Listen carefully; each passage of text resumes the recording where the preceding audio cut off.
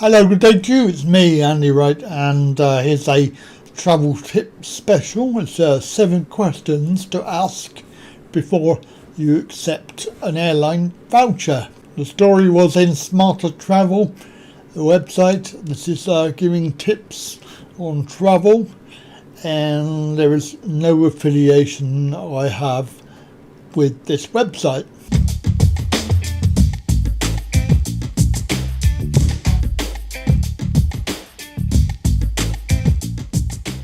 Obviously, when you, in this time of when people having their holidays cancelled or their flights cancelled and changed, there is a temptation for airlines to offer you a voucher.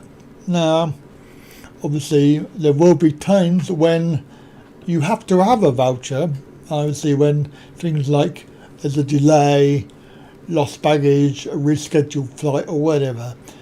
The airline will almost certainly try to settle it by issuing airline vouchers for future travel rather than giving you cash. At worst, the airline loses the cost of the seat rather than the posted fare.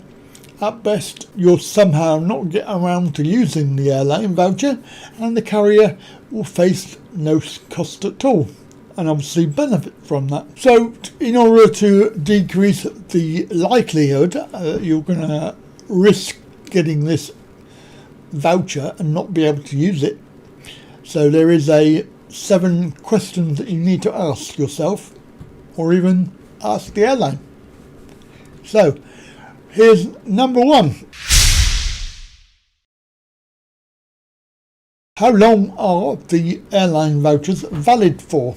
Now, obviously, some of them, they offer a generous voucher, but you have to use it within 6 months. Obviously, this can be difficult because clearly many travellers cannot schedule another flight within that time period. To be fair, this is more prevalent with cruise lines than with airlines, but you still have to be very careful and obviously do check. Question number 2 is, who can use the airline voucher? Is it limited to just you, or can you use it to buy a ticket for someone else? Many airline vouchers may only be used by the person who initially received it for his or her own travel. But depending on flexibility, and depending on your flexibility, that might or might not be a deal breaker. The third question that we have is, will the airline voucher cover the whole cost of a ticket? Unfortunately, airline vouchers seldom include the full cost of a future trip. Often you must pay the government taxes and fees separately, but I've heard reports of a much worse limitation: an airline voucher covering only the base fare and not the very stiff carrier imposed fees. Essentially, it's a renamed fuel surcharge, which I never understood about that, because it's not helping global warming at all. And of course, the renamed fuel surcharge could actually be more money than the base fare. The next question you need to ask is, can you use the airline voucher for multiple flights? Some vouchers are only valid for single use, even when the value of that is less than the face value of the voucher. It's like having vouchers to go into a shop. You have to use the whole amount, as there's no change given. So you might not be able to use the remaining value for a second ticket, and of course then you lose the value of that outright. Our next question to ask, are there any fare limitations for airline vouchers? But an airline could place some tickets off limits to voucher-based tickets. not applicable to flash sale prices, for example, or for using it for business class tickets, so be very careful on that.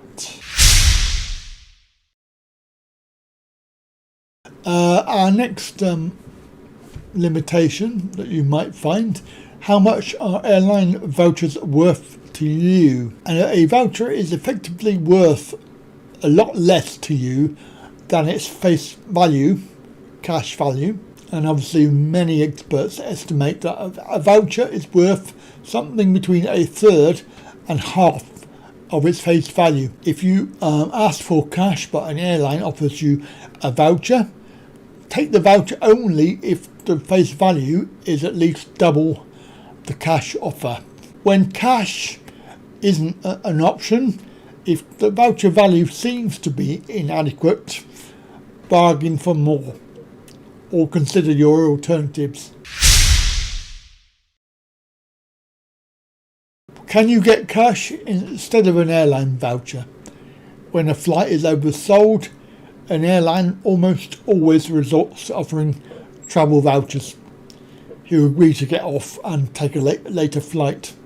Usually that works and someone takes the offer, but if nobody bites, then the airline will have to pay, and the government regulations specify cash payments, not vouchers, for involuntary bumping. And of course you can get, in the US, you can get up to $1,350, but only in the case of overbooking. European rules call for the higher payments as well as payments for delays. Take the voucher only if it's worth to you is a lot more than cash. So that is our 7 questions to consider before accepting an airline voucher. And of course, in these times, these troubled times when flights are being cancelled or changed, it's more likely to. So good luck with that voucher. Anyway, have a good day, and I'll catch you again for another travel tip video. Bye for now.